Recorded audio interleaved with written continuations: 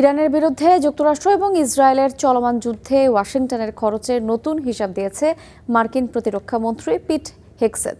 Senate appropriation কমিটির শুনানিতে তিনি নিশ্চিত করেছেন, এই পর্যন্ত ইরান যুদ্ধের পেছনে যুক্তরাষ্ট্রের আনুমানিক ব্যয় হয়েছে $37.5 বিলিয়ন।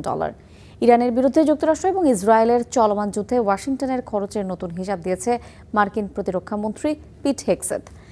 সিনেট অ্যাপ্রোপ্রিয়েশন কমিটির শুনানিতে তিনি নিশ্চিত করেছেন, এই পর্যন্ত ইরান যুদ্ধের পেছনে যুক্তরাষ্ট্রের আনুমানিক ব্যয় হয়েছে $37.5 বিলিয়ন। এর আগে গত মে মাসে ট্রাম্প প্রশাসন এই ব্যয় $29 বিলিয়ন হিসেব করলেও তা দিনকে দিন বেড়েই চলেছে।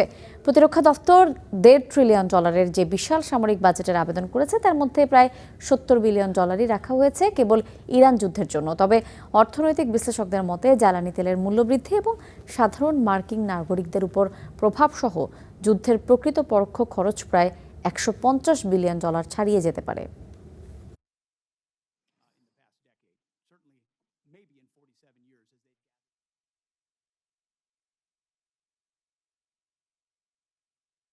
Senator, the estimate we have as of today is $37.5 billion. আজ পর্যন্ত আমাদের কাছে যে হিসাব রয়েছে তা হলো $37.5 বিলিয়ন। এই হিসাবের ভেতরে কিছু অতিরিক্ত খরচ, এর পাশাপাশি পরিচালনা ও রক্ষণাবেক্ষণ ব্যয় ও সামরিক বেতন অন্তর্ভুক্ত আছে। পুরো অর্থ বছর জুড়ে এ অঙ্ক হতে পারে বলে ধারণা করা হচ্ছে, তাই এটি ভবিষ্যতে হতে যাওয়া সম্ভাব্য খরচকেও নির্দেশ করে।